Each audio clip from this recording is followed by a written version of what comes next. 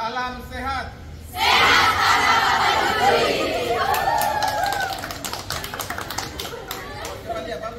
Kami tidak perlu cari konflik koordinasi beristiwa untuk menjanjikan kamu memakai harta di antara kalian ya dengan jalan yang batil, dan jangan kamu menyuap para hakim dengan harta tersebut supaya kamu bisa memakai ya harta tersebut dengan jalan yang benar, padahal kami mengetahui. Jadi sudah jelas setiap maksiat itu tidak ada ketenangan atau kebahagiaan di dalamnya. Yang ada adalah maksiat itu yang menghancurkan ketenangan diri, kemudian kebahagiaan, yang salah satunya keharmonisan juga. Ya, jadi memang segala sesuatu yang Allah larang itu tidak lain dan tidak bukan adalah itu kebaikan kita sendiri. Ya. Al-Takasur ayat 1-2.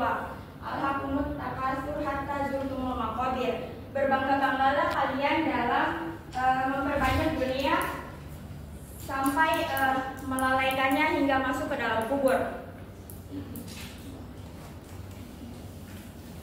Nah, bagaimana sih agar kita menghindari perbuatan yang tercela ini? Bagaimana kita menanamkan prinsip dalam diri kita, yaitu dengan amanah. Yang pertama, kata amanah secara etimologis berarti jujur dan lurus. Orang yang mampu melaksanakan amanah disebut al-hafiz, al-amin, al-wafi, sedangkan orang yang menyia-nyiakan disebut al-khain atau pengkhianat. Disebutkan juga dalam hadis riwayat Ahmad nomor 1722, la imana liman la amanata lahu wala dina liman la ahdahu, di mana yang berarti tidak sempurna iman seseorang yang melakukan yang berkhianat, dan tidak sempurna agama seseorang yang tidak jujur. Ahmad, perwakilan dari kelompok 3.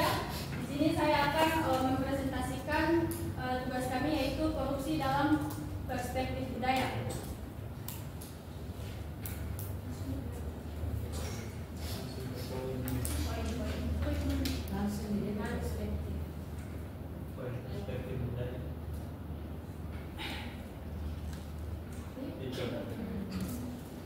Jadi di sini kita akan membahas korupsi dalam perspektif budaya, di mana korupsi dalam perspektif budaya adalah perilaku yang bertentangan dengan nilai-nilai dan norma-norma yang ada di masyarakat. Korupsi dapat merusak hak-hak ekonomi dan sosial masyarakat, sehingga dikategorikan sebagai kejahatan serius.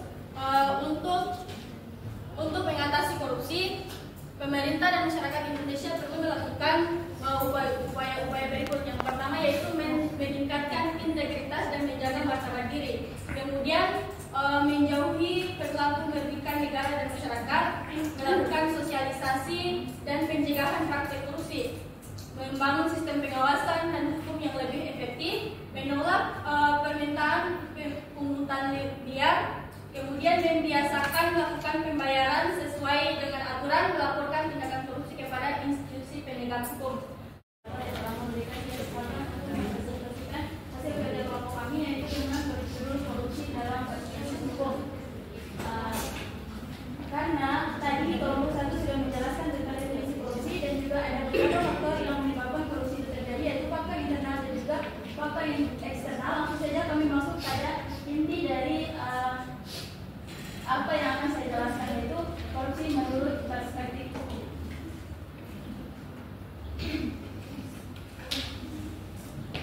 Baik, teman-teman bisa lihat korupsi harus dipahami sebagai tindakan melawan hukum dan ada pandangan sebagai kejahatan luar biasa.